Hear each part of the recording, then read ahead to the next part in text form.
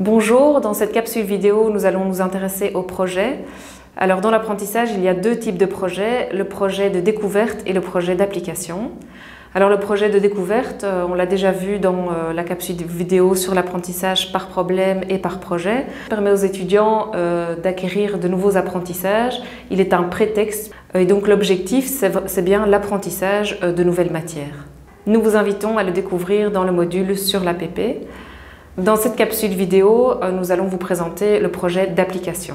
On parle de pédagogie par projet lorsque l'exercice vise à ce qu'un groupe d'étudiants, supervisé par un enseignant, arrive au terme d'un laps de temps déterminé à créer une réalisation concrète destinée à un public. En interviewant les professeurs du secteur qui proposent à leurs étudiants de réaliser un projet, voici les principales caractéristiques du projet que nous avons retenues.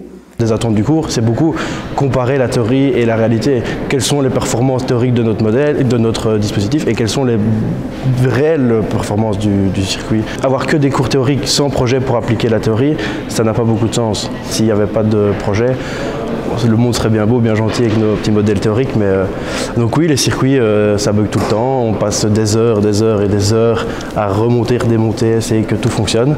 Mais c'est ça la beauté de l'électricité, j'ai envie de dire.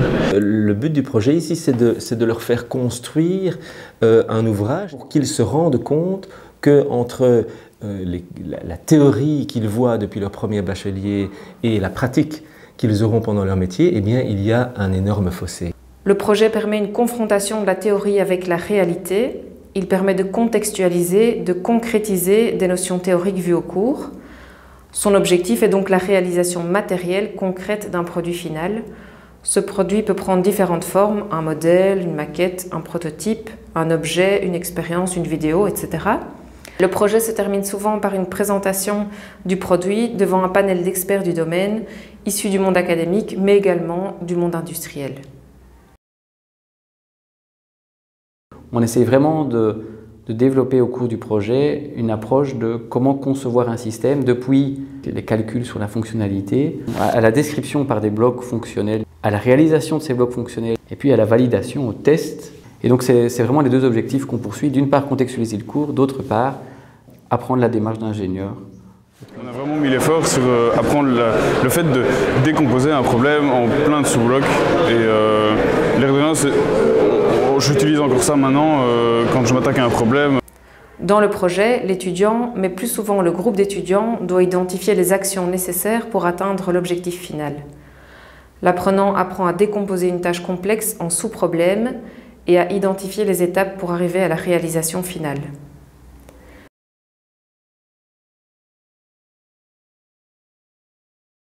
Donc oui, on travaille en groupe, on est par groupe de 6 en général. Et pour moi, le rôle, c'est vraiment apprendre à tous se pencher à plusieurs sur un projet, comme on serait en entreprise, apprendre à collaborer, répartir des tâches.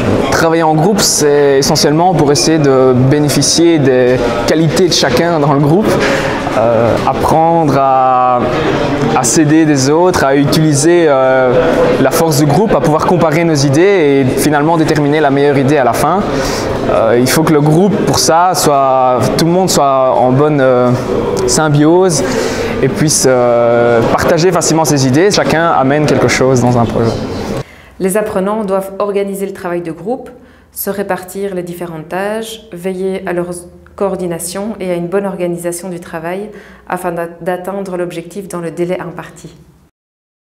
On essaye de leur faire faire à chacun une partie plus importante du projet, c'est-à-dire que l'un prendra un petit peu naturellement, d'ailleurs ça se fait naturellement, le rôle de l'architecte, l'autre prendra le rôle de l'ingénieur de bureau d'études, et puis on va avoir des discussions qui vont naître entre les deux, et puis il y en a un qui va beaucoup plus s'investir dans la construction et qu'on va retrouver pendant plusieurs week-ends d'affilée au laboratoire en train de construire sa structure. Par sa complexité, le projet est souvent pluridisciplinaire, donc les étudiants doivent intégrer différentes disciplines afin de pouvoir arriver au produit final.